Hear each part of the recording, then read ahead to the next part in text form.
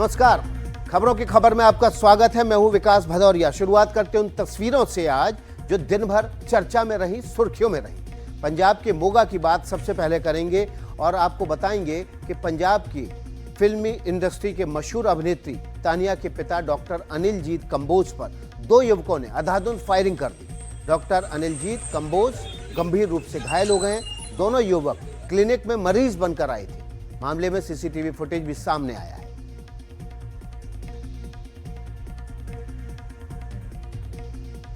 अगली तस्वीर उत्तर प्रदेश के मिर्जापुर से आई है, जहां प्रसिद्ध विंध्यवासिनी मंदिर के गर्भगृह में ही पुजारियों के बीच मारपीट हो गई।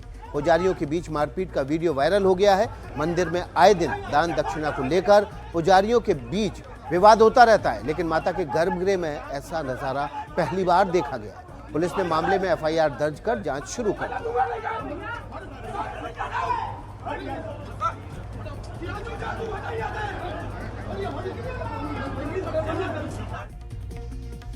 अगली खबर बिहार से है। बिहार के सीतामढ़ी में पुलिस वाले की पिटाई का वीडियो वायरल हुआ है। वीडियो में पेट्रोल पंप के कर्मचारी पुलिस कांस्टेबल की पिटाई करते नजर आ रहे हैं। बताया जा रहा है कि पुलिस वाले ने पंप कर्मी को 120 रुपए का तेल डालने के लिए कहा था, लेकिन पंप कर्मी ने गलती से 720 का तेल भर दिया। गलती से नाराज होकर कांस्टेबल ने जो पंप कर्मी था उसको थप्पड़ जड़ दिया। इसके बाद पेट्रोल पंप के दूसरे कर्मचारियों ने मिलकर पुलिस कर्मी की पिटाई शुरू कर दी। ऑन ड्यूटी पे ड्रिंक कर रखा है और ये पेट्रोल पंप वाले। अब आपको दिखाते हैं फर्जी सब इंस्पेक्टर की कहानी। पुलिस की वर्दी में दिखती एक महिला, ये असली नहीं है, नकली पुलिस है। ये महिला फर्जी पुलिस बनकर राजस्थान पुलिस एकेडमी में परेड ग्राउंड तक पहुंच गई। आउटडोर ट्रेनिंग का हिस्सा भी बनी। यहां तक कि सोशल मीडिया पर वर्दी पहनकर उच्च अधिकारियों के साथ फोटो भी खिंचवाकर लोगों पर रौब भी दिखाया। लेकिन जब ट्रेनिंग कर रहे कुछ ट्रेनी सब इंस्पेक्टर्स ने इसकी गतिविधियों पर संदेह जताया तो ये राज खुल गया और आखिरकार पुलिस ने मोना बगोलिया को राजस्थान के सीकर से गिरफ्तार कर लिया।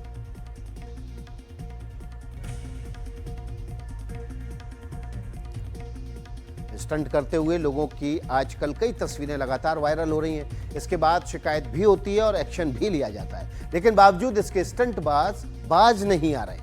रील के लिए स्टंट करने का जुनून लोगों के सर पर इस कदर चढ़ा हुआ है कि लोग अपनी जान जोखिम में डाल ही रहे हैं, साथ ही साथ दूसरों की सेफ्टी का भी ध्यान नहीं रख रहे। स्पोर्ट्स कार से स्टंट का ये वीडियो वायरल हो रहा है, जिसमें रीलबाज ने ऐसा स्टंट किया कि सड़क पर धुआं हो गया। सड़क पर लोगों की जान जोखिम में डालकर स्पोर्ट्स कार घुमाई और इतना गोल तेज चक्कर लगाया कि वहां धुआं हो गया। ये सब सीसीटीवी में कैद हो गया। पुलिस अब इस मामले की जांच में जुटी हुई है।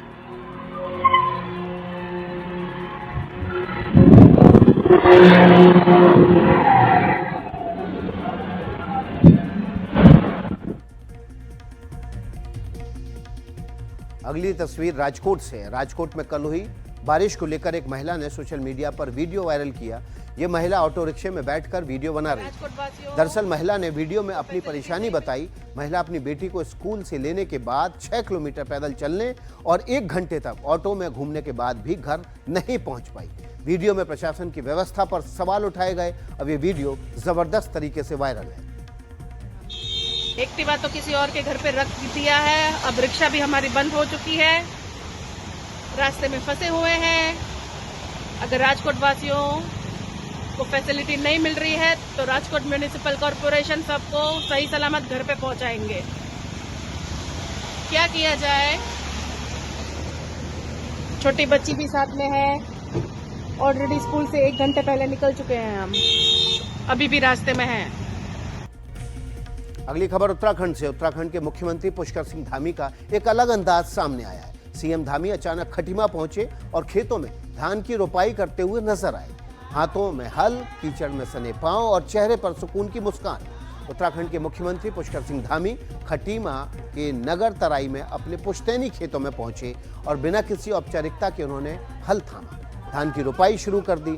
सीएम धामी ने यह संदेश भी दिया कि उत्तराखंड का भविष्य उसकी मिट्टी में है।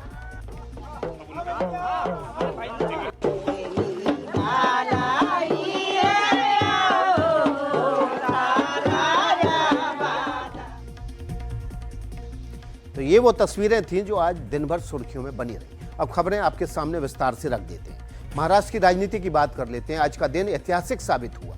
20 साल बाद उद्धव ठाकरे और राज ठाकरे ने सार्वजनिक मंच साझा किया। मुंबई में ठाकरे बंधुओं की रैली हुई, दोनों भाई गले मिले, मराठी भाषा पर बात हुई। लेकिन आगे बढ़ने से पहले एक सवाल जिसका जिक्र बहुत जरूरी है। जिसने सवाल उठाए उसकी मातृभाषा मराठी है, जिन लोगों पर सवाल उठाए वो गैर मराठी है। वो मराठी को लेकर इस जिद में उतर आए हैं कि महाराष्ट्र में रहना है तो मराठी ही बोलना पड़ेगी।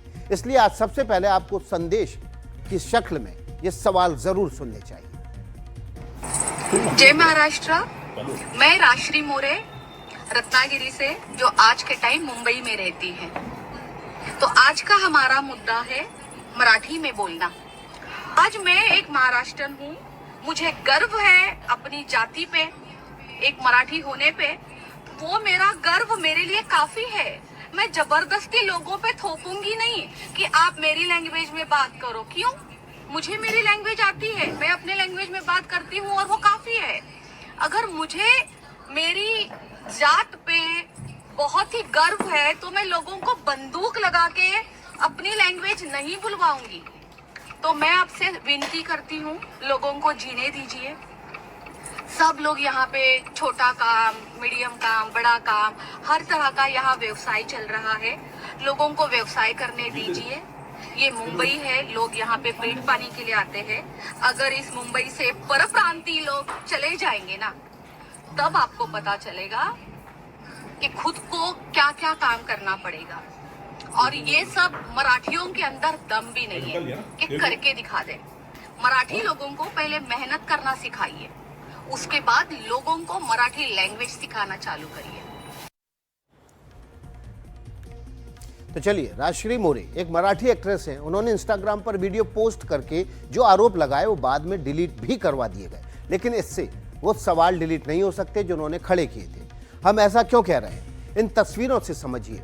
तमाम घटनाओं के बीच महाराष्ट्र नवनिर्माण सेना के कार्यकर्ता रुकने को राजी ही नहीं है। आज एमएनएस कार्यकर्ताओं ने कारोबारी सुशील केडिया के दफ्तर में तोड़फोड़ कर दी। दरअसल सुशील केडिया ने राज ठाकरे को एक पोस्ट में टैग करते हुए लिखा था कि मैं मराठी नहीं सीखूंगा। इस पोस्ट के बाद से उन्हें धमकियां मिलने लगी। केडिया ने लिखा कि एमएनएस के घोर दुर्व्यवहार के कारण मैंने यह संकल्प लिया है कि जब तक आप जैसे लोग मराठी मनुष्य की देखभाल का दिखावा करते रहेंगे तब तक मैं मराठी नहीं सीखूंगा। इस बात पर एमएनएस के कार्यकर्ता केडिया के दफ्तर पहुंच गए और ताबड़तोड़ तोड़फोड़ करने लगे।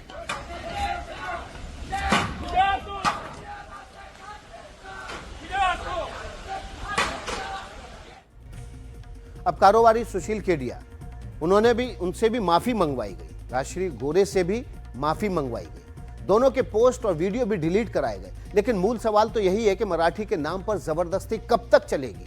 उद्धव और राज ठाकरे इससे पहले साल 2006 में बाला साहेब ठाकरे की रैली में साथ साथ दिखे थे और अब फिर दोनों भाई साथ साथ हैं। लेकिन सवाल यह है कि जो उनका साथ नहीं छोड़ रहे हैं, आप पहले ये रिपोर्ट देखिए और समझिए।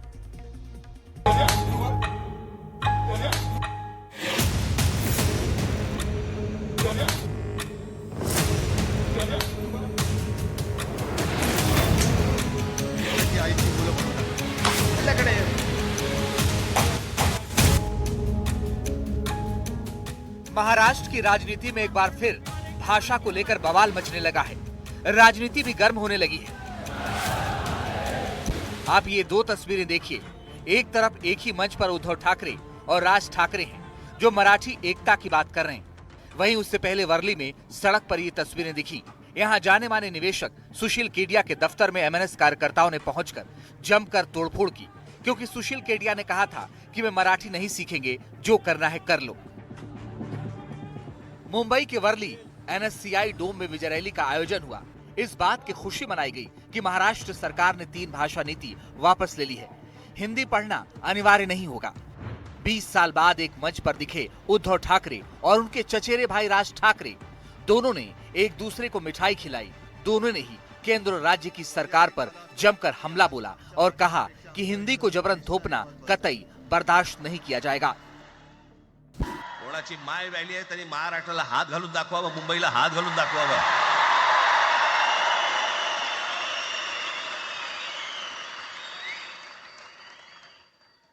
त्या मजाक वाटला काय? आम्ही शांत आहोत याचा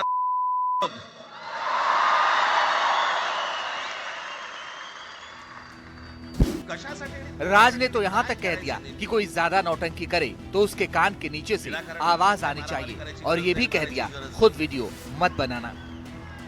हे जातीपातीमध्ये विभागाला सुरुवात करतील। आता हे सुरू केलं, काल कोणाच्या ते व्यापाऱ्याच्या कानफडीत मारली मीरा भाईंदरला। त्याच्या काही ते लिहिलं होतं काय गुजराती?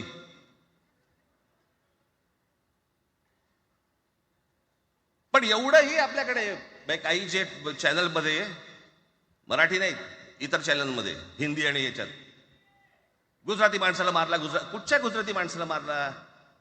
बाचाबाची मध्ये समोरचा गुजराती निघाला, इकडचा मराठी निघाला, त्याच्यामध्ये काय गुजरात्यानं मारलं का? केवढे व्यापारी आहेत,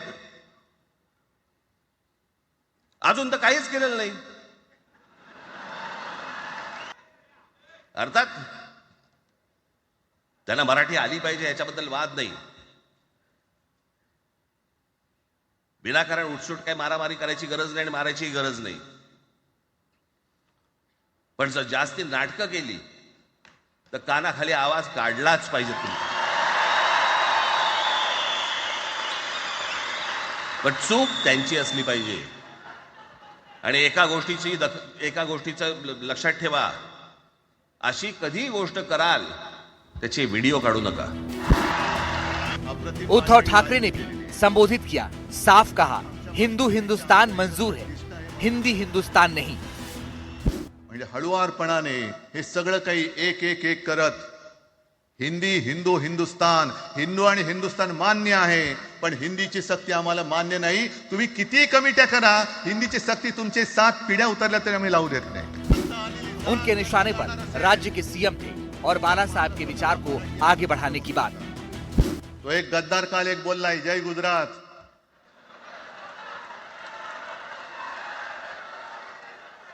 किती लाचारी करायची? म्हणजे तो पुष्प पिक्चर पाहिल्यात तुम्ही सगळ्यांनी, दाढीवरनं हात फिरवून झुकेगा नाही साला, तसे हे गद्दार म्हणतात उठेगा नाही साला, कुछ भी बोलो उठेगाही नाही। अरे कसा उठणार? आहे का तुझ्याकडे उठण्यासारखं? म्हणजे विचार मी म्हणतोय,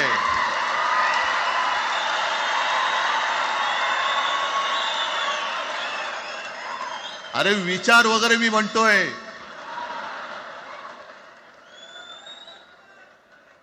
हिंदी भाषेच्या सक्तीला विरोध न करणारा बाळासाहेबांच्या विचाराचा पाईक असू शकेल? आपला मालक आला म्हणून त्याच्यासमोर जय गुजरात म्हणणारा आपल्या बाळासाहेबांच्या विचाराचा पाईक असू शकेल? पण आता जर का डोळे उघडले नाही तर पुन्हा कधी उघडण्याची वेळ येणार नाही, कायमचे मिटून जातील। आत्ताच डोळे उघडा, आत्ताच जागे व्हा।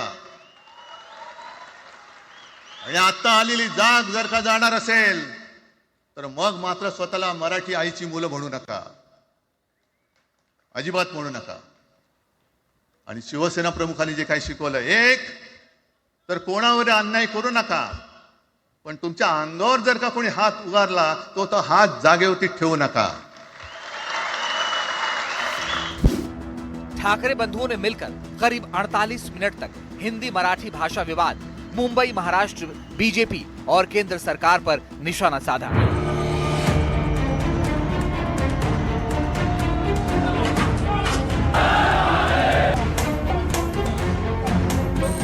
उन्होंने ये संदेश देने की कोशिश की कि हिंदी से कोई आपत्ति नहीं, लेकिन इसे थोपा नहीं जाना चाहिए।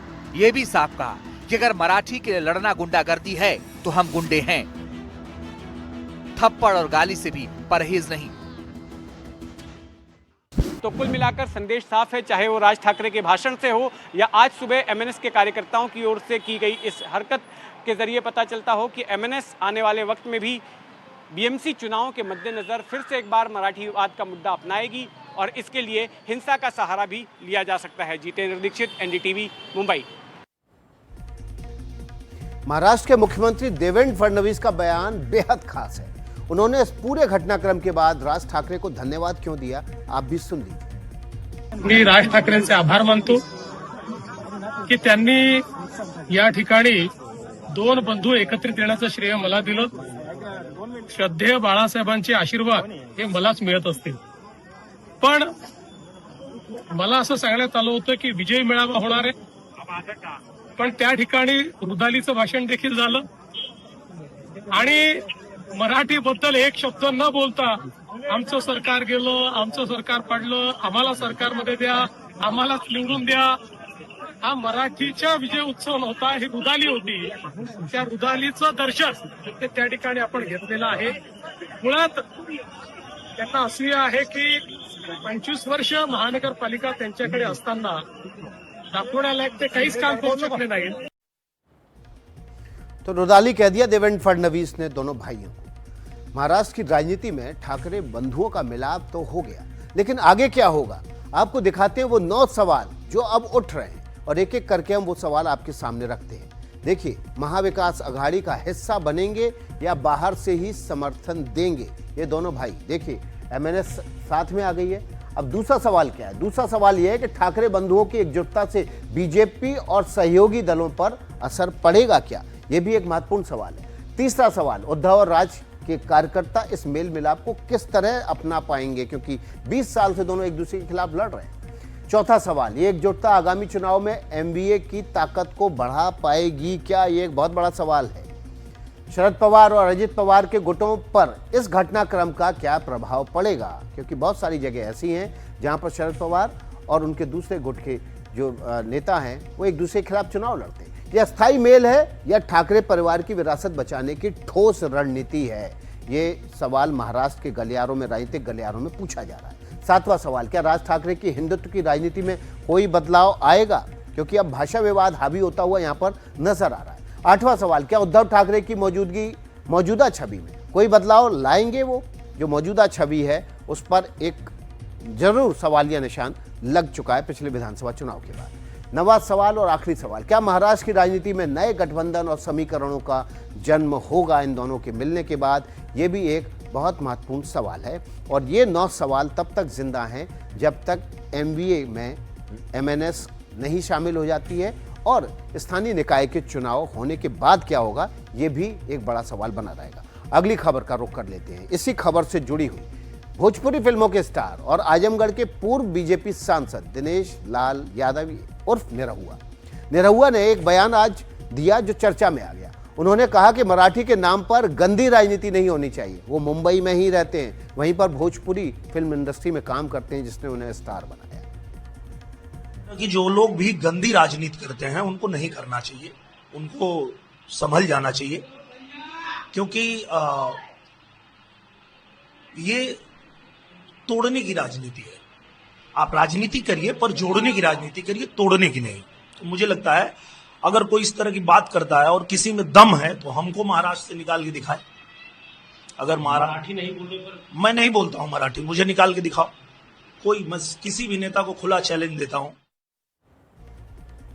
तो 2 लोगों ने चैलेंज दिया, उन दोनों की वीडियो डिलीट करा दी, उनको माफी मांगनी पड़ी. अब निरहुआ के साथ क्या होगा ये देखने वाली बात होगी. उन्होंने साफ कह दिया मराठी नहीं बोलूंगा, मुंबई में रहता हूं. देखिए, अब आप देखिए, उद्धव और राज ठाकरे दोबारा एक मंच पर 2 दशक बाद आए हैं. पहले एक साथ हुआ करते थे. शिवसेना के संस्थापक बाल ठाकरे की आंखों के तारे भी हुआ करते थे, लेकिन वक्त ने ऐसी करवट बदली कि दोनों एक दूसरे के दुश्मन बन बैठे. महत्वाकांक्षाओं के टकराव ने दोनों भाइयों को एक दूसरे के सामने खड़ा कर दिया, प्रतिद्वंदी बना दिया. जानिए हमारे सहयोगी जितेंद्र दीक्षित की इस रिपोर्ट के जरिए पूरे 20 साल और उससे पहले की कहानी.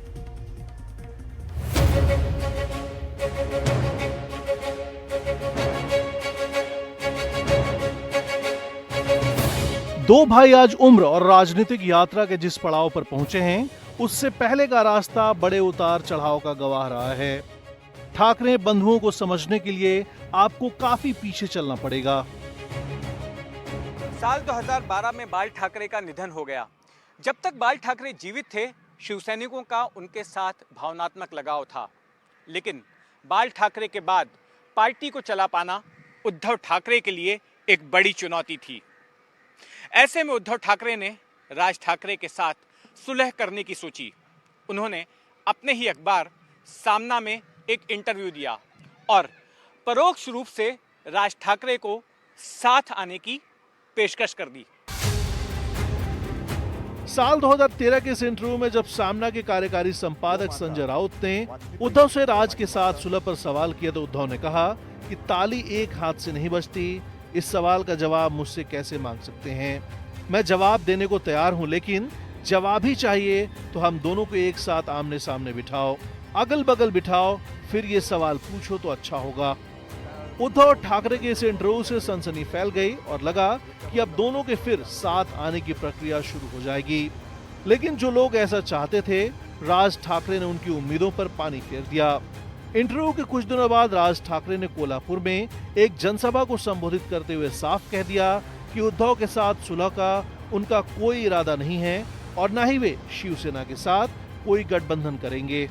इसके बाद राज ठाकरे और उद्धव ठाकरे के बीच सियासी कटुता बरकरार रही।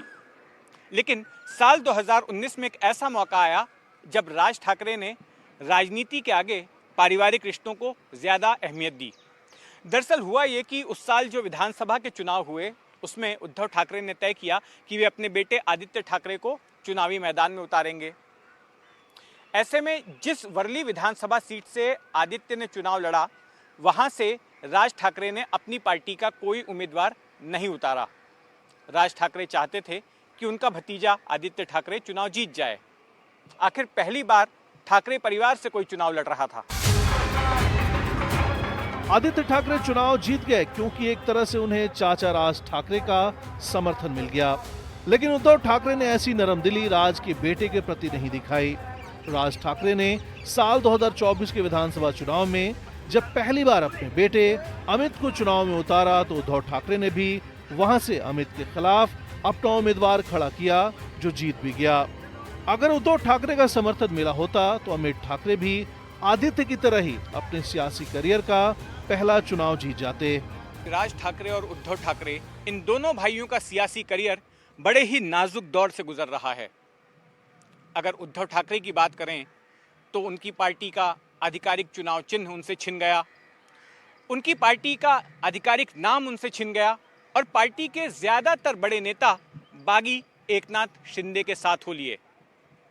बीते विधानसभा चुनाव में भी उद्धव ठाकरे की पार्टी का प्रदर्शन काफी खराब रहा।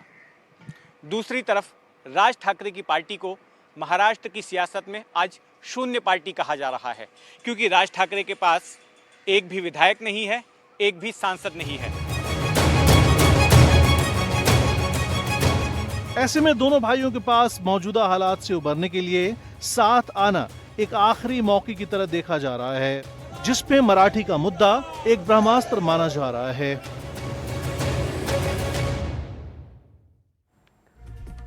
तो जब शरीफ बीमार होता है तो वेंटिलेटर पर चला जाता है, लेकिन वेंटिलेटर आपकी जिंदगी बचा सकता है, आपको मजबूत नहीं बना सकता। अब दोनों भाई समाप्ति की ओर हैं क्या, ये एक बड़ा सवाल है। और क्या इसी से बचने के लिए दोनों साथ में आए, देखना होगा, समय बताएगा। अगली खबर का रुख कर लेते हैं और बात कर लेते हैं बिहार की।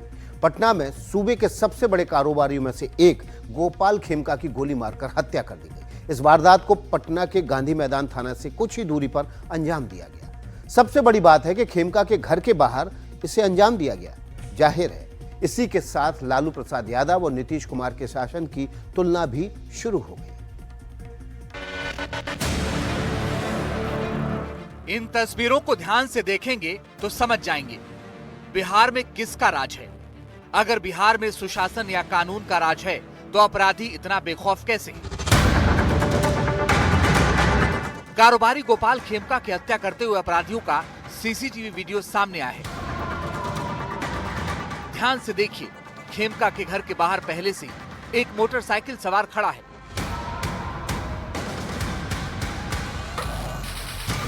साफ दिख रहा है कि वो किसी के आने का इंतजार कर रहा है। थोड़ी ही देर में गोपाल खेमका के घर के पास दो कारें आती दिखाई देती हैं। आगे वाली कार में गोपाल खेमका थे। कार नजदीक आते ही मोटरसाइकिल सवार आदमी आगे बढ़ता है। बिना झिझक आगे बढ़कर खेमका पर हमला करता है और मोटरसाइकिल पर बैठकर वहां से निकल जाता है। पीछे की कार से कोई आगे आता है। पीछे जाकर दोबारा मोटरसाइकिल सवार देखता है, लेकिन इतनी देर में गोपाल खेमका दम तोड़ देते हैं। मौत सिर्फ खेमका की नहीं होती, कानून का इकबाल भी दम तोड़ देता है। जैसा कि होता है हर सूचना के बाद पुलिस मौके पर पहुंचती है, छानबीन की बात कहती है, कानून सम्मत काम किया जाएगा ऐसा भरोसा दिलाती है। एक जो बिजनेसमैन है उनको गोली लगने से उनकी मृत्यु हो गई है, तो उसी की जांच पड़ताल करने पुलिस यहाँ पे आई हुई है और जो है बाकी कार्रवाई की जा रही है। जैसे ही पुलिस को सूचना मिली मेडिवर्सल हॉस्पिटल के डॉक्टर्स द्वारा, तो पुलिस वहाँ तुरंत पहुँच गई। गोपाल खेमका बिहार के सबसे प्रसिद्ध बिजनेसमैन में से एक थे और बीजेपी के नेता थे। वे हेल्थ केयर बिजनेस से जुड़े थे, मगध अस्पताल के मालिक थे और उनका पेट्रोल पंप का भी कारोबार था। 3 साल पहले उनकी बेटी की भी हत्या कर दी गई थी। गोपाल खेमका के हमलावर ने कार में करीब से गोली मारी और बाइक से फरार हो गया। पटना के प्रसिद्ध बिजनेसमैन गोपाल खेमका की देर रात निर्मम तरीके से हत्या कर दी जाती है। तस्वीर में देखिए कि यहाँ पर बांस से घेर दिया गया है और यही वो घटना स्थल है जहाँ पर निर्मम तरीके से अपराधियों ने पटना के प्रसिद्ध बिजनेसमैन गोपाल खेमका की हत्या कर दी। वो एक क्लब से लौट रहे थे और यही उनका आवास है जहां पर वो पहुंचने वाले थे। उससे पहले ही अपराधियों ने निर्मम तरीके से उनकी हत्या कर दी। इसी वो गाड़ी से क्लब से वापस लौट रहे थे जिस पर अपराधियों ने अटैक किया है। डीजीपी विनय कुमार ने इस पूरी घटना की जानकारी ली। एसआईटी गठित की गई है, एसटीएफ को भी लगाया गया है। साथ ही पटना पुलिस की एसआईयू यानी स्पेशल इन्वेस्टिगेशन यूनिट भी लगाई है। बिहार के डिप्टी सीएम विजय सिन्हा गोपाल खेमका के परिजनों से मिले और कहा कि जंगल राज वालों को बख्शा नहीं जाएगा। के संकल्प को पूरा करेंगे, चाहे इनकाउंटर करना पड़े, बुलडोजर चलाना पड़े या इसकी संपत्ति जब्त करनी पड़े, ये सारे एक्शन और कार्रवाई। विपक्ष का ये गुंडा राज चल रहा है बिहार में। ये जंगल राज वाले लोग ही गुंडा राज स्थापित करना चाहते हैं। सरकार गुंडा राज आने नहीं देगा। गोपाल खेमका की हत्या पर राज्यपाल आरिफ मोहम्मद खान ने कहा कि इस मामले पर कठोर से कठोर कार्रवाई हो, ऐसी कार्रवाई हो कि दोबारा ऐसी घटना न हो। शब्द नहीं है मैं कैसे दुख व्यक्त करूं, शोक संतप्त परिवार को संवेदनाएं दे सकता हूं और मैं ये आशा करता हूं कि जो भी कानून के तहत कार्रवाई है वो यथाशीघ्र होगी, सख्ती के साथ होगी और ऐसी कार्रवाई होगी कि आगे ऐसे अपराध करने की हिम्मत न हो लोग किसी। पटना के पौष इलाके में इस तरह से खुलेआम मर्डर से बिहार की कानून व्यवस्था पर गंभीर सवाल उठ रहे हैं। पूर्णिया के सांसद पप्पू यादव इस घटना के खिलाफ सड़क पर उतरे और कार्यकर्ताओं के साथ मिलकर प्रदर्शन किया। अपराधी और माफिया दलाल और शराब माफिया और जमीन माफिया, सर जो सरकार जो पुलिस 4 किलोमीटर मैरीन ड्राइव को सुरक्षित नहीं रख सकता, वो सर बिहार को सुरक्षित कैसे रखेगा। गोपाल खेमका की हत्या से पहले बिहार के सिवान में भी ट्रिपल मर्डर हुआ, जहां बीच बाजार तलवार से हुए हमले में 3 लोगों की हत्या कर दी गई। बिहार चुनाव से पहले लगातार हो रही अपराध की वारदातें बिहार की कानून व्यवस्था पर सवाल खड़े कर रही हैं और इन वारदातों ने बिहार में फिर से जंगल राज और राक्षस राज जैसे शब्द चर्चा में ला दिए हैं। लालू यादव की बेटी रोहिणी आचार्य ने ट्वीट कर लिखा, नीतीश नीत राक्षस राज में बिहार में कानून व्यवस्था खत्म हो चुकी है। राजधानी पटना के साथ साथ पूरे सूबे में बेलगाम अपराध का आलम तो कुछ ऐसा है कि अगर किसी दिन ये सुनने को मिले कि बेखौफ अपराधियों ने दिन दिहाड़े मुख्यमंत्री आवास में घुसकर किसी वारदात को अंजाम दे दिया तो कोई आश्चर्य नहीं होगा। जंगल राज की बात करने वाले लोग जंगल राज आ जाएगा। कल रात में हत्या कर दी गई खेमका की। ऐसा कोई दिन नहीं है, कोई ऐसा जिला नहीं है जहां हत्या, बलात्कार, डकैती, रंगदारी ना हो रही हो, गैंग रेप ना हो रहा हो, बच्चियों के साथ गैंग रेप हो रहा है। विपक्ष पूरी तरह नीतीश सरकार पर हमलावर है। कोई सरकार नाम की चीज नहीं है। अगर मैं सच में कहूं तो हत्यारों ने यह सोच लिया है कि सरकार उनकी है। वो जो चाहे जब चाहे कर गुजरे। राज्य का इकबाल नहीं है, सरकार का इकबाल नहीं है। जाके बताइए उन परिवारों को, हम सरकार हैं, शर्म आनी चाहिए। ऑर्डर नाम की कोई चीज रही नहीं गई है बिहार में। पटना शहर में आए दिन हर चौराहे पर हत्याएं हो रही हैं, जिसको सरकार सीरियसली ले भी नहीं रही है। शासन प्रशासन के लोग कान में तेल डाल के सोए हुए हैं। गोपाल खेमका एक केवल एक व्यक्ति नहीं था, वो जाने माने वहाँ के प्रतिष्ठित व्यवसायी थे। सरकार पूरी तरह से बिहार में अराजक स्थिति हो गई। चीख पुकार चित्कार हाहाकार मचा है। ये सरकार की विदाई से ही बिहार की भलाई होगी। अब अपराधी राज, गुंडा राज जो होता है वो बिहार में कायम हो गया। से प्रार्थना करते हैं और सरकार से मांग करते हैं कि आप यथाशीघ्र पूरी ताकत के साथ अपराधियों को पकड़िए और कड़ी कड़ी सजा दे करके। बहुत दुर्भाग्यपूर्ण है। आज इस घटना ने जो पटना में व्यवसायी हैं उनमें काफ़ी आक्रोश भर दिया है। वो इस बात से काफ़ी नाराज़ और काफ़ी खफा है और जो विपक्ष है वो लगातार इस मामले में सत्ता पक्ष है या जो सरकार है उस पर हमलावर है और कह रही है कि ये कंप्लीट एक लॉलेसनेस का सिचुएशन है। लॉ एंड ऑर्डर जो है कंप्लीट बुरी तरह से कोलैप्स कर गया है और सरकार को विपक्षी नेता जो हैं वो लगातार निशाने पर ले रहे हैं। पटना से प्रभाकर कुमार, एनडीटीवी। तो चुनावी मौसम में जाहिर है बिहार की इस घटना की तीखी प्रतिक्रिया भी हो रही है। जनसुराज के संस्थापक प्रशांत किशोर का कहना है कि इस समय बिहार में नीतीश सरकार के अधिकारियों का तांडव चल रहा है। लालू जी के राज में, जंगल राज में और नीतीश के जंगल राज में कोई फर्क नहीं है। फर्क बस इतना ही है कि लालू जी के राज में अपराधियों का तांडव था और नीतीश के राज में अधिकारियों का तांडव है। जनता की हालत जितनी बदहाली उस समय थी उतनी ही बदहाली आज भी है। जिस तरह का भ्रष्टाचार, जिस तरह का लॉ एंड ऑर्डर का सिचुएशन पहले था, आप देख रहे हैं कि पटना में इतने बड़े व्यापारी को सरेआम लोग आकर गोली मारकर चले जाते हैं और कोई उस पर कोई कार्रवाई नहीं। कल ही सिवान में 3 लोगों को गोली मार दी गई, उनको तलवार से मारने के बाद काट दिया और बाकी जो लोग बच गए उन पर गाड़ी चढ़ा दिया। ये तो रोज की बात है। और जो लॉ एंड ऑर्डर की स्थिति है वो दिनों दिन और खराब होगी, क्योंकि नीतीश कुमार का इकबाल खत्म हो गया है। जैसे लालू जी के राज में अपराधी जो था वो किसी से नहीं डरता था, उसी तरह नीतीश के राज में भी इनके जो अधिकारी हैं वो किसी से नहीं डरते। तो गोपाल खेमका हत्याकांड के तार बेउर जेल से जुड़े होने की खबर आ रही है। बेउर जेल में पटना पुलिस ने बड़ी छापेमारी की है।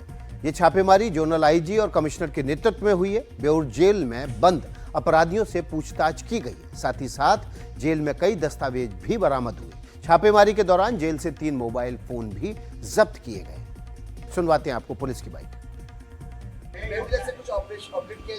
देखिए, जब अनुसंधान चल रहा होता है और उसमें बहुत सारे लीड्स हम लोग को मिलते हैं उसमें, तो बीच में बताना उचित नहीं रहेगा। जब सब कुछ क्लियर हो जाएगा, एविडेंस आ जाएगा हम लोग के साथ, तो अब कार्रवाई किया जाएगा। देखिए, निश्चित रूप से सीसीटीवी से हम लोग काफ़ी इन्फॉर्मेशन मिला है उसमें और उस पर हम लोग काम चल रहा है उसमें। बाकी जो जितने भी इनपुट आए हैं उस पर लेकर हम लोग बढ़ रहे हैं आगे। तो देखा आपने, सियासत भी हो रही है, पुलिस अपना काम भी कर रही है, लेकिन कुछ देर पहले आपने सुना तेजस्वी यादव कैसे इस घटना पर नीतीश सरकार के ऊपर हमलावर हैं। बिहार में खेमका हत्याकांड के बीच लालू यादव ने एक अहम बयान दे दिया है और उनका जो बयान है वो आपको जरूर सुनना चाहिए कि उन्होंने क्या कुछ तेजस्वी यादव के बारे में कहा है। सुन लीजिए। अपने पार्टी को, अपने संगठन को काफी मजबूती के साथ आगे बढ़ाना है। तेजस्वी को हमने आगे खड़ा किया है। आगे ये आपका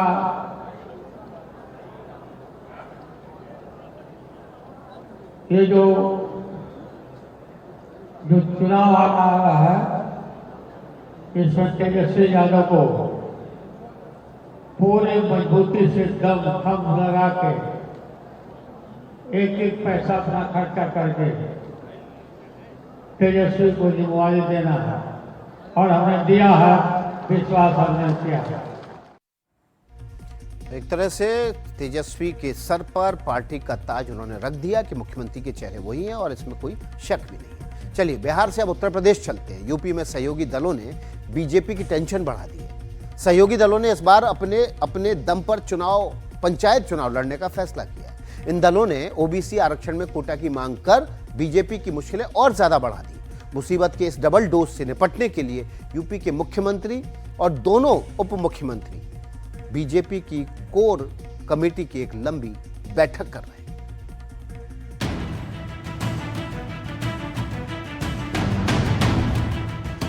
यूपी में बीजेपी ने सोशल इंजीनियरिंग के लिए 3 छोटी पार्टियों संग गठबंधन किया है। अपना दल सबसे पुरानी और भरोसेमंद सहयोगी दल है। इस पार्टी के 13 विधायक और 1 सांसद हैं। मोदी सरकार में अनुप्रिया पटेल मंत्री हैं, तो योगी सरकार में उनके पति आशीष पटेल। अपना दल अकेले पंचायत चुनाव लड़ेगी। अकेले लड़ने के फैसले के साथ साथ अपना दल ने तो यूपी की योगी सरकार के खिलाफ ही मोर्चा खोल दिया है।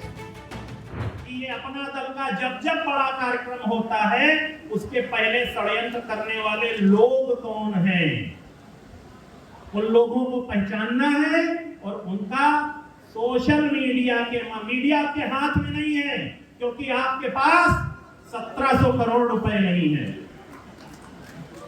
आपका कुछ नहीं छपेगा। इतना सा एक केंद्रीय मंत्री बोलेगा, उसका इतना सा छपेगा।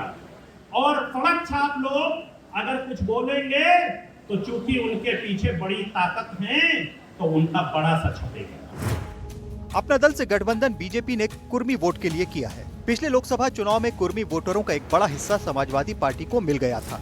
सुहेल देव समाज पार्टी भी पंचायत चुनाव में अकेले ही उतरने का मन बना चुकी है। पार्टी के अध्यक्ष ओम प्रकाश राजभर ने तो ओबीसी आरक्षण में कोटा तय कर चुनाव कराने की मांग की है। इस सिलसिले में वो केंद्रीय गृह मंत्री अमित शाह और यूपी के सीएम योगी आदित्यनाथ से मुलाकात कर चुके हैं। राघवेंद्र सिंह जी के नेतृत्व में जो समीक्षा हुई है पूरे रिटायर्ड जज, तो 27% आरक्षण को उन्होंने 7, 9, 11 में बांट दिया है। तो 7% पिछड़ा, 9% अति पिछड़ा, 11% सर्वाधिक पिछड़ा। तो इसी को लागू करके पंचायत चुनाव में ये व्यवस्था लागू कराने के लिए मुख्यमंत्री से मिला। यूपी में बीजेपी की तीसरी सहयोगी पार्टी निषाद पार्टी है। मल्लाह वोटों को साधने के लिए ये गठबंधन हुआ था। निषाद पार्टी के चीफ और यूपी सरकार में मंत्री संजय निषाद भी इन दिनों बीजेपी को आंखें दिखा रहे हैं। अंग्रेजों ने फूट डालो राज करो वो अपनाया था, यहाँ भी फूट पड़ रहा है। हम कहते हैं कि बिहार में तो बंटवारा हुआ है ना, तो कौन भला हो गया राजभर का निषाद का आज के दिन में। हमें कॉन्स्टिट्यूशनल राइट चाहिए, हमें संविधान वाला चाहिए, बैमान वाला नहीं चाहिए। भैया भी जब पार्टी बनाए थे, राजभर भाई से कहे थे कि आप अनुसूचित जात के हकदार हो, अनुसूचित में तुम्हारा नाम है, आओ लड़ो। आज के दिन में आप सत्ता में आ गए, भूल गए कि हम अनुसूचित में पिछड़े में। यूपी के सीएम योगी आदित्यनाथ ने आरक्षण के कोटे के अंदर कोटा तय करने के लिए कमेटी बनाई थी। रिटायर्ड जस्टिस राघवेंद्र सिंह की कमेटी ने ये रिपोर्ट राज्य सरकार को दे दी है। संजय निषाद और ओम प्रकाश राजभर बिहार की तरह ही यूपी में ओबीसी के आरक्षण में बंटवारा चाहते हैं। राम मंदिर आंदोलन के समय से ही यूपी में मंडल और कमंडल की राजनीति का संघर्ष जारी है। Bureau report, NDTV India. तो राजनीतिक दलों का ये संघर्ष तब और तेज होता है जब चुनाव आने वाले होते हैं और पंचायत चुनाव के मद्देनजर ये दल अब ताल ठोक रहे हैं ताकि अपनी ताकत दिखाकर विधानसभा चुनाव के लिए बार्गिन कर पाए। चलिए अब चलते हैं कोलकाता गैंग रेप केस की बात कर लेते हैं। इस मामले में पुलिस की जांच अभी जारी है। मुख्य आरोपी समेत कुल 4 लोगों को पुलिस ने पहले ही गिरफ्तार कर लिया है। इनमें फिलहाल इनसे पूछताछ चल रही है, सबूत इकट्ठा किए जा रहे हैं, क्राइम सीन रिक्रिएशन हो रहा है। इन सब के बीच एनडीटीवी ने पीड़ित के पिता और मामा से इस घटना को लेकर एक्सक्लूसिव बातचीत की।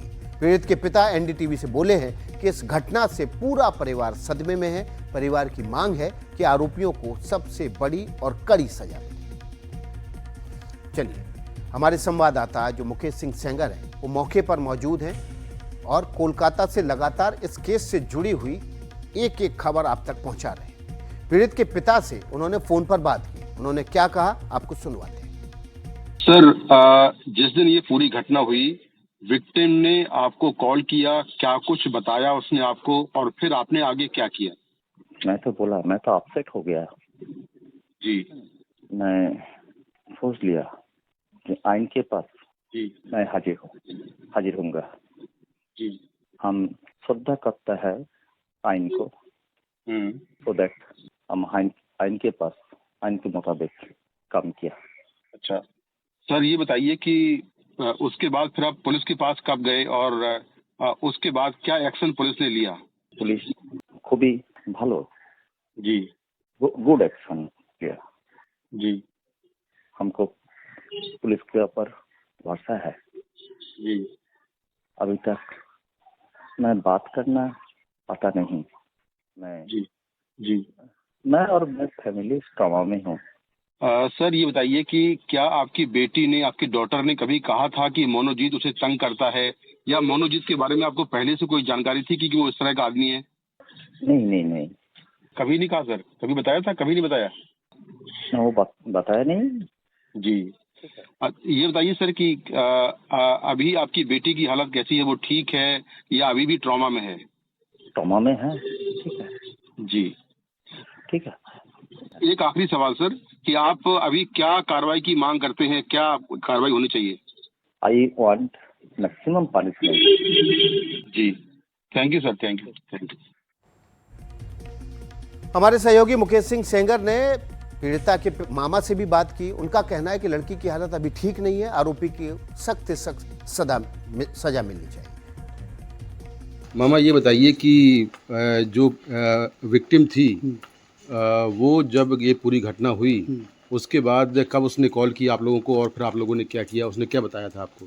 नहीं वो ऐसा कुछ नहीं हुआ। वो रात 10 बजे का बाद हम लोगों के साथ बात हुआ। वो बोला बहुत रोते थे। वो बोला हम बहुत मुसीबत में है, हम लोग अभी इधर आ गए। अच्छा। तो इसके बाद हम लोग गया हुआ। अच्छा यही है। अच्छा। जाने का बाद उसका पिताजी भी मेरा साथ थे तो उसके पास वो रोते। अच्छा। हम थोड़ा दूर में थे। अच्छा। इसके बाद हम लोग सब कुछ सुना। अच्छा क्या बताया था? ट्रॉमा में वही बोला क्या? उसका बाद जो हुआ यही बोला। क्या बोलेगा? तो इसके बाद वो हुआ कि वो ट्रॉमा में आ गया। अच्छा। इसके बाद हम लोग रात 12 बजे 12:30 बजे तक घर में लेके चला है। अच्छा। हम लोग फैसला किया। हाँ। इसके बाद हम लोग FIR दर्ज किया। अच्छा। और जिस दिन ही हम लोग FIR दर्ज किया 26 तारीख में उसी दिन शाम को 5 बजे का अंदर दोनों अरेस्ट हो गई। अच्छा। इसके पहले कभी बताया था उसने कि नहीं, मोनोजीत तंग करता है उसको? नहीं कोई कुछ नहीं बोला। अच्छा। वो कॉलेज में पढ़ते थे, हर लोग बंद थे, इसीलिए हम लोग को कोई मालूम ही नहीं था। वो बंदा को भी मालूम नहीं था। अच्छा अच्छा अच्छा। तो कभी नहीं बताया इसके पहले? नहीं तंग किया हो कभी? नहीं। अच्छा। तो FIR होने के बाद फिर पुलिस ने क्या तुरंत एक्शन किया? तुरंत एक्शन लिया। अच्छा तुरंत कार्रवाई हुई। हम लोग FIR कंप्लीट हुआ उसका अंदर आधा घंटे के अंदर 2 अरेस्ट हो गए। अच्छा। जब वो अरेस्ट हुए तो क्या उनसे आपकी मुलाकात कराई थी पुलिस ने? नहीं। कोई बातचीत हुई उनसे? नहीं। अच्छा अच्छा ओके। तो अभी जो विक्टिम है उसकी क्या हालत है? वो ठीक है या उसकी काउंसलिंग हो रही है? क्या कुछ हो रहा है? देखिए उसका हालत अभी मेडिकल एज में ठीक नहीं है, लेकिन अभी वो थोड़ा करके इसीलिए उसका मेंटल कंडीशन ठीक नहीं है। अच्छा। इसलिए उसको हम लोग अलग जगह से लाकर। अच्छा। मेंटल कंडीशन ठीक नहीं है तो पुलिस काउंसलिंग करा रही है उसकी? हाँ। अच्छा। पुलिस की तरफ से हम लोग को सब कुछ मिलता है। अच्छा पूरा सपोर्ट है पुलिस का? हाँ पुलिस का पूरा सपोर्ट है। हम लोग भी उसका पर हम लोग को भरोसा है। अच्छा।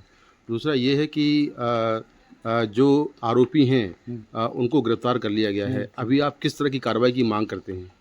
हम लोग तो डिमांड करते हैं उसको सर्वोच्च शास्ति मिल गया। अच्छा। इसी डिमांड है हम लोग। कड़ी सजा हो। हाँ कड़ी की कड़ी खाए। और अच्छा। और क्या आप चाहते हैं कि इस मामले की जांच CBI भी करे? नहीं हम लोग को केकड़ा पुलिस के ऊपर भरोसा है। अच्छा। और दूसरा एक सवाल और है मेरा कि क्या TMC के लोग जो थे, कहा जा रहा है कि जो मोनोजीत है वो TMC से जुड़ा हुआ था? देखिए अभी तो आप लोग देखते हैं सुनते हो, लेकिन इसलिए हम कुछ नहीं बोल पाएंगे। अच्छा। कोई TMC की ओर से धमकी तो नहीं मिली आपको? नहीं कुछ भी नहीं है? नहीं। अच्छा। कोई धमकी हमको नहीं मिला। अच्छा। तो अभी जो विक्टिम है वो धीमे धीमे रिकवर कर रही, ठीक हो रही है? हाँ। ठीक हो रही है? हाँ। अच्छा ठीक है, थैंक यू सो मच।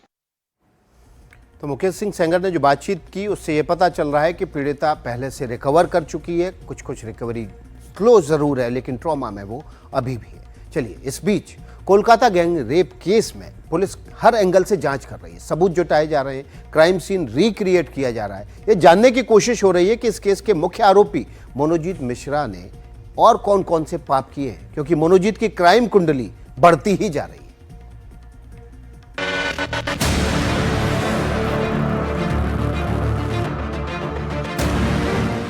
लड़कियों से छेड़छाड़, बात बात पर मारपीट, कॉलेज में गुंडागर्दी, ये सब मनोजीत मिश्रा पर आरोप हैं। और जो सबसे संगीन मामला है वो है गैंग रेप का, जिसमें वो फिलहाल पुलिस के शिकंजे में है।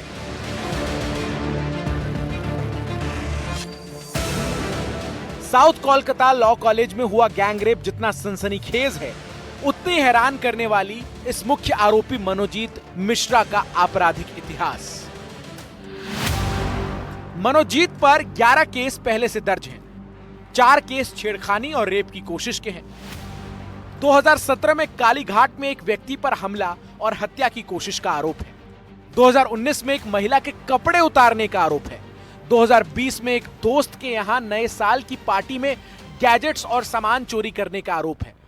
2022 में एक महिला ने हमला करने, चोरी करने और तोड़फोड़ के भी आरोप लगाए थे।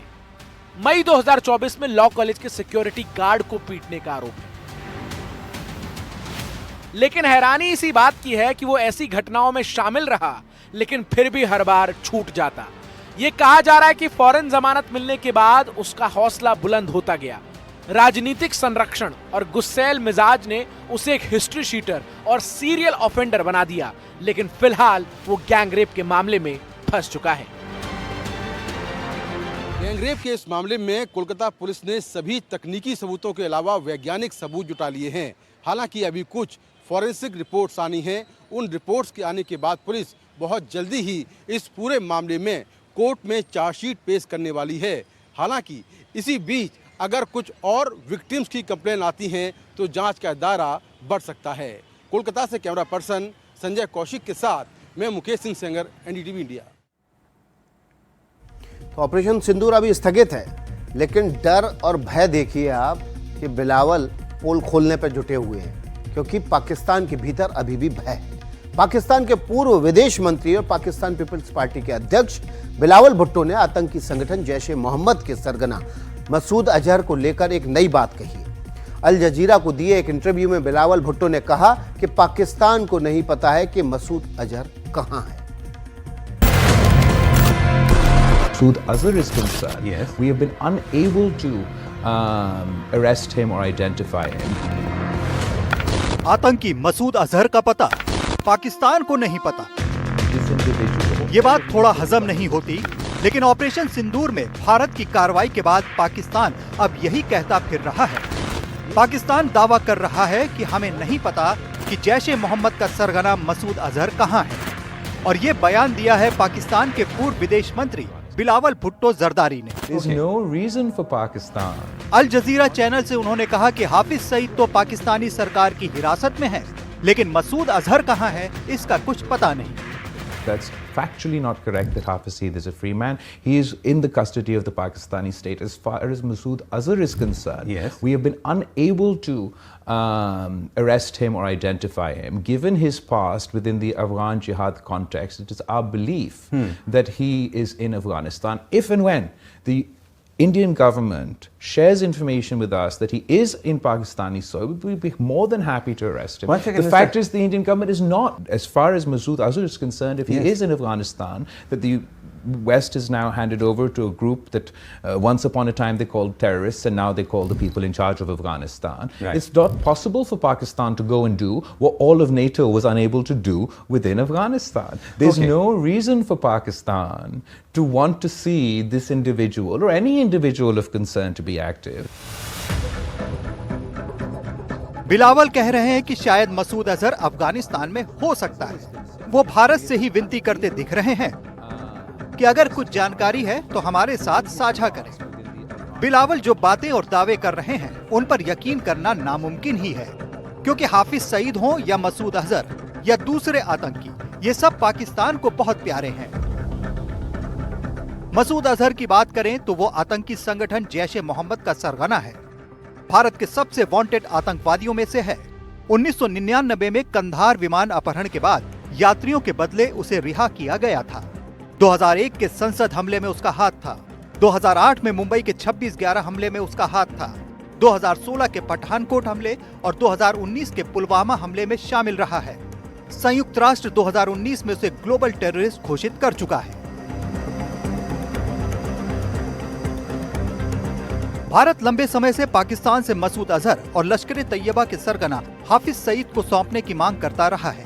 पाकिस्तान तमाम सबूतों के बावजूद इनके बारे में अनजान होने का दिखावा करता है।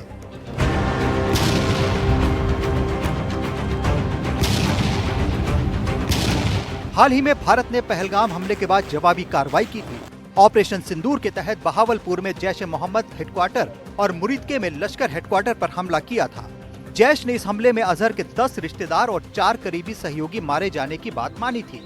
तो कहीं ऐसा तो नहीं कि मसूद अजहर इस हमले के बाद डर के मारे कहीं छुप गया है और उसे पाकिस्तान सरकार ने ही कहीं छुपाया हो। It's not possible for Pakistan to go and do what all of Bureau Report, NDTV, India. In Afghanistan. There's no reason for Pakistan.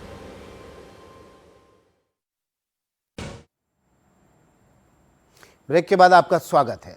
अब हम आपको मध्य प्रदेश लिए चलते हैं। यहाँ विदिशा से एक खबर दिखाते हैं, जहाँ भारी बारिश के बीच ट्रैक्टर में बैठकर केंद्रीय मंत्री शिवराज सिंह चौहान पहुंचे। उनका संसदीय क्षेत्र भी रहा है ये, और विदिशा से वो विधायक भी रह चुके हैं। यहाँ के खिवनी खुर्द गांव शिवराज सिंह चौहान पहुंचे। इस दौरान तेज बारिश हो रही थी। शिवराज यहाँ पर बारिश के बाद हुए नुकसान का जायजा लेने पहुंचे थे।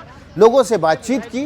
केंद्रीय मंत्री ने कहा कि मैं सांसद या मंत्री के रूप में नहीं, आपके सेवक के रूप में आपका दर्द बांटने आया। इस दौरान वे ट्रैक्टर पर सवारी करते हुए भी नजर आए।